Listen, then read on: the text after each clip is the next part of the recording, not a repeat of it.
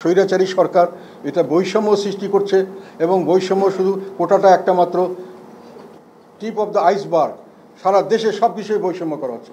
তো কোটা তো একটা মাত্র জিনিস, প্রতিটি ক্ষেত্রে ব্যবসা বাণিজ্য চাকরি বাকরি যে কোনো জায়গায় ডিএনএ টেস্ট করার মতো, এমনকি আর্মির চাকরিতে, পাবলিক সার্ভিস কমিশনের চাকরিতে এগুলো বক্তব্য আছে আমার। তারা এখানে আওয়ামী লীগ হতে হবে এবং 3বার 4বার করে চেক করছে, সে আওয়ামী লীগের হবে না, তাদের পরিবারের সকলে আওয়ামী লীগ কিনা, যদি কেউ আওয়ামী লীগের না হয় তাকে সেই চাকরি দেওয়া যাবে না।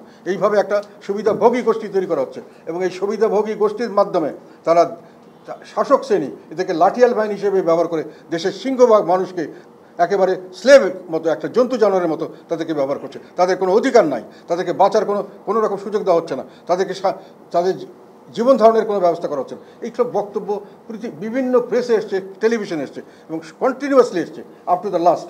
তারপরে কথা হলো, আমার লোকদেরকে আমি বলেছি, যেহেতু তারা আমাদের ব্যানার নিয়ে আসার জন্য তারা চাচ্ছে না, তারা চাচ্ছে যে এটা কোনো পলিটিক্যাল আন্দোলন নয়, পলিটিক্যাল পার্টির আন্দোলন নয়, আমাদের আন্দোলন, ছাত্র জনতার আন্দোলন।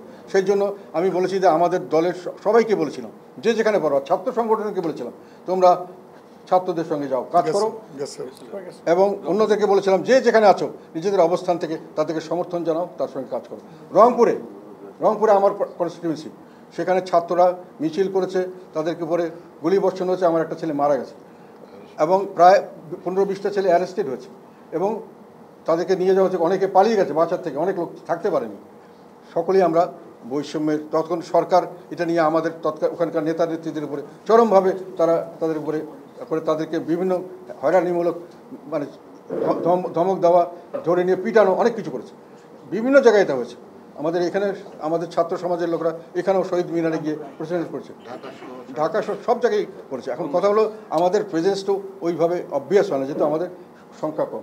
রংপুরে আমাদের প্রেজেন্স অবভিয়াস ছিল, তোমরা যে কোনো লোক চেক করে দেখতে পারো। We are from the very beginning to the last আমরা এই আন্দোলনের সঙ্গে ছিলাম এবং আমরা যত বড় বক্তব্য দিয়েছি, যতভাবে দিয়েছি এবং যত সামনাসামনি বলেছি এবং যতভাবে আমরা এদের সমর্থন করা দরকার সেটা করার চেষ্টা করেছি এবং করেছি।